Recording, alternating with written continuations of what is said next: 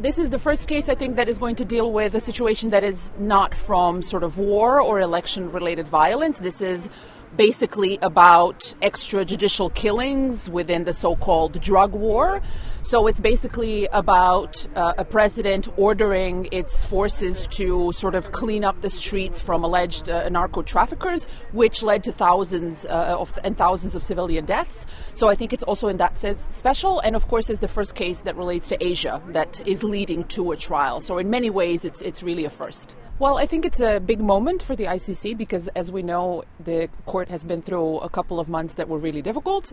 It is currently under U.S. sanctions, non-compliance, so its own member states not willing to, for example, arrest Netanyahu, the Israeli prime minister. So it's been through a couple of really rough months, and this is an opportunity for the court to show that it can deal with a big case and can have arrests and it can proceed as if things are quote-unquote normal.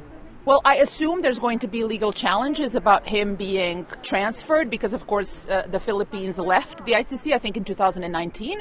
So I can imagine that's going to be the first the first hurdle. But then it's going to be months and months of pre-trial, sort of processes. So I don't imagine that we're going to see a trial actually start before probably something like next year. We should recognize that the families of the victims in the Philippines played really important roles in just pushing this through, both for the ICC, for the Philippines to join the ICC initially, but also with collecting evidence, being in contact with the prosecutor's office. And I think for them it's really a victory because they've been now for years calling for justice for the murder of their family members. So I think for them it's probably a massive success.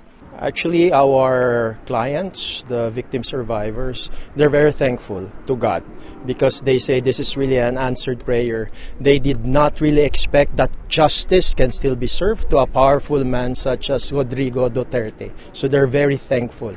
Well, it means that international justice is not just a Western construct. It's not just a Western idea. It's universal.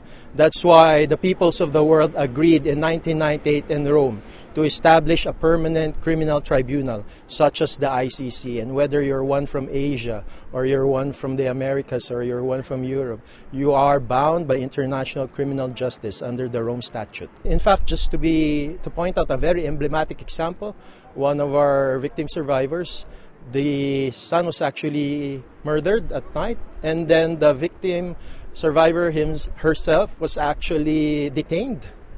And it was very traumatic for them.